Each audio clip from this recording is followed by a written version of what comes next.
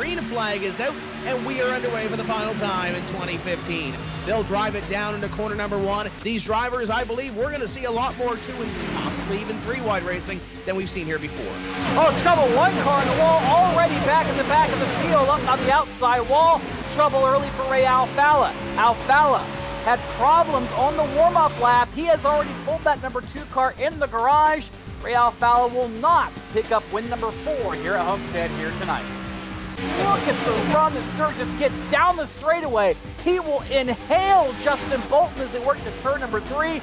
Oh, wow. We told you did not see racing anything like this ever before. But guess what? We are proven right already, Tim. We've never seen a race at Homestead like this. This is only the completion of lap number 4. One thing I'm going to be very interested to see how it progresses tonight is the groove. Sturgis is one of few cars running the very outside, but as the bottom rubbers up and they have to move around the racetrack, does Jake Sturgis have an advantage having run up top, or will that part of the racetrack be rubbered up in time to when he's going to have to start somewhere else when that comes? Sturgis is all over the back bumper of Cody Bias. We'll see what he can do here. The 41 goes to the outside, the 27 back to the inside. We'll see if the 41 can hold that momentum through 1 and 2 and try to make a move on Bias down the back straightaway. What a run off corner number 2, and there he goes to the inside. Cody Bias on the outside trying to hold it, but it'll be Jake Sturgis going to the top of the board. What a move by the 41. There goes the 57 to PJ Sturgis right on the back bumper of the 36 to Justin Bolton, putting some pressure on the Alliance number 36 as they come up at a corner number 4 and down the front straightaway. We've got caution on the speedway. First one of the night here on lap number 24. Brandon Bowie brings it out here on the front straightaway. We anticipate everybody coming down for pit service. Nobody in the top 10 staying on the racetrack, and it appears most of the field for that matter.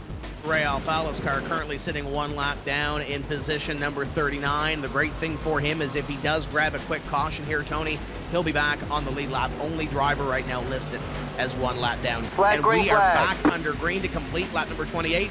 And Jake Sturgis had that thing timed perfectly. Everybody else behind, fighting for position number 2. Overland currently occupies that spot. The 2 team drivers side by side at 3rd, with Bias trying to take it over Bolton. Sturgis continues to lead. The gap is over a second now. Oh, trouble! Kenny Humpy hard on the inside wall. Hard for Humpy. His night looks like it's going to be over as there is thick black smoke billowing from underneath the peak machine. Caution is out for the inside off turn number 2. Kenny Humpy. Here comes the 5 and the 2 former champions of this series going side by side at position number 16. Alfalla is one of the faster cars in the racetrack right now. Turning times, Tony, that the leaders are turning right now. Alfalla, though, does not have the benefit of track position at this point. Look at the top 3, very distinct grooves.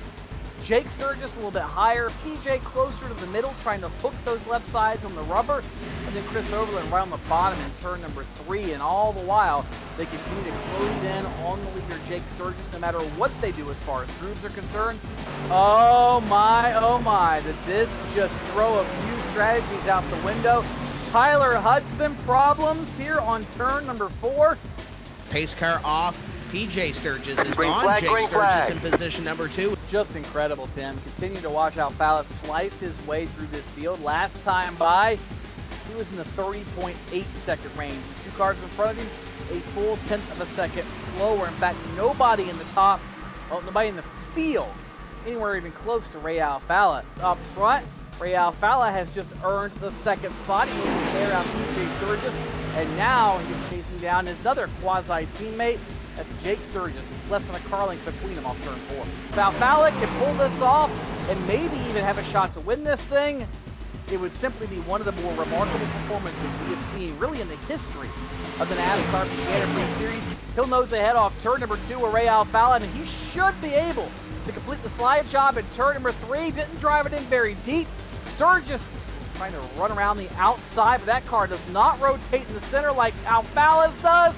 Side by side for the top spot, all 4. Alfalla has it at the line, officially from worst to first at the conclusion of lap number 112. Ray Alfalla, at least for 1 lap, the new leader here at Homestead. It looks like Sturgis just a wee bit stronger on the outside line in this portion of the racetrack. The two, though, what a run that Ray Alfala got in the middle of the corner, and he'll clear the 41 down the back straightaway. 41 will take the little peek to the inside, crossover car number 2, and they'll go at it once again. We'll see if the 41 can do the same move that the 2 just did. Side by side for the lead, now down the back straightaway. Down the back straightaway, the 41 going to work the inside of the 2 of Ray Alfala going into corner number 3. The 41 will have the advantage. The 2 hanging on the right rear quarter, trying to get that run out of corner number 4 and down the front straightaway on that outside line, and Alfala will pick up the lead once again to complete 130 laps. Alfala leads. Sturgis working that inside line, continuing to go toe-to-toe for the top spot. It's closing in PJ Sturgis, and Corey Vincent is within striking distance as well as they go down the back straightaway. Alfala gets the advantage down the straightaway. Sturgis will try to pull even here on the inside of 3 and 4. Here goes Sturgis underneath of Ray Alfala. The battle for the race lead and ultimately the win off turn number 2. Alfala says no. Sturgis forced to fall back in line.